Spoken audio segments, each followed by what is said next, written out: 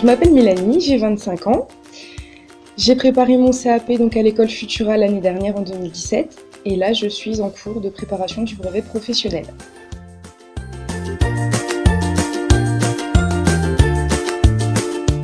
Mon parcours scolaire, je me suis arrêtée en seconde générale. J'ai cherché des petits boulots jusqu'à mes 18 ans. À mes 18 ans, j'ai cumulé un job d'employé de commerce pendant 5 ans. Et du coup, après, je me suis reconvertie professionnellement en faisant appel à Fongestif pour pouvoir passer mon CAP en un an.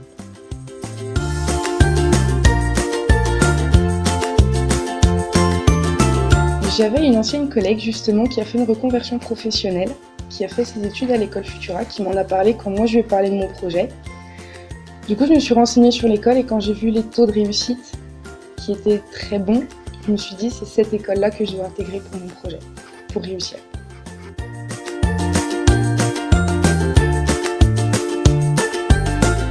Ça a été très dur les premières semaines parce que après 5 ans de travail, faut le temps que le cerveau en fait apprenne à réapprendre.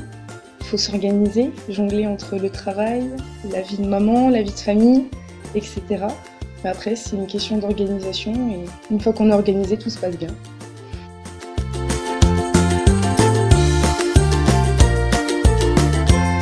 J'étais en CDI en fait dans une enseigne de grande surface. Donc j'ai fait appel en fait à un organisme externe Fongestif qui finance justement pour les personnes qui veulent faire des formations accélérées. Donc j'ai monté un dossier, je me suis présentée à l'école aussi avec cette demande. Donc l'école a accepté au premier abord, sous condition d'acceptation en commission pour avoir le financement, qui a été accepté au mois de mars. Et du coup après j'ai pu intégrer progressivement en fait l'école pour passer une année complète, de septembre à juin.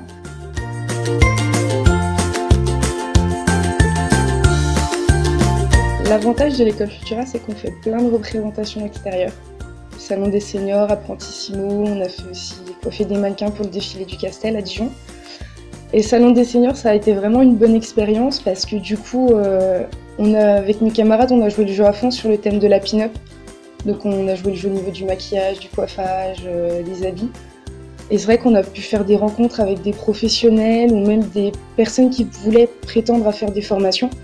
Du coup, on a pu les renseigner, les aiguiller, on a pu coiffer aussi des personnes âgées, que ce soit des jeunes aussi qui étaient en visite. Et franchement, c'était une super expérience.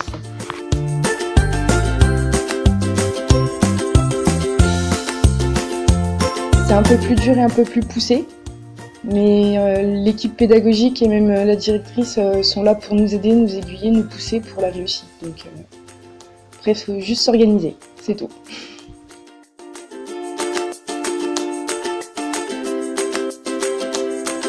Je suis en contrat de professionnalisation, donc une fois par semaine je suis à l'école et tout le reste de la semaine je suis au salon.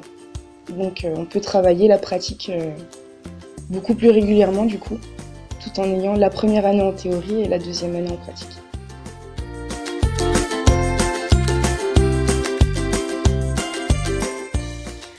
Alors, si on veut y arriver, il faut s'en donner les moyens. Faut pas avoir peur de reprendre l'école aussi, surtout quand on fait une reconversion professionnelle. Parce que c'est pas toujours évident de cumuler le travail, les cours, la vie de famille ou la vie de maman. Mais quand on veut, on peut, donc faut juste, c'est une question d'organisation et d'y arriver.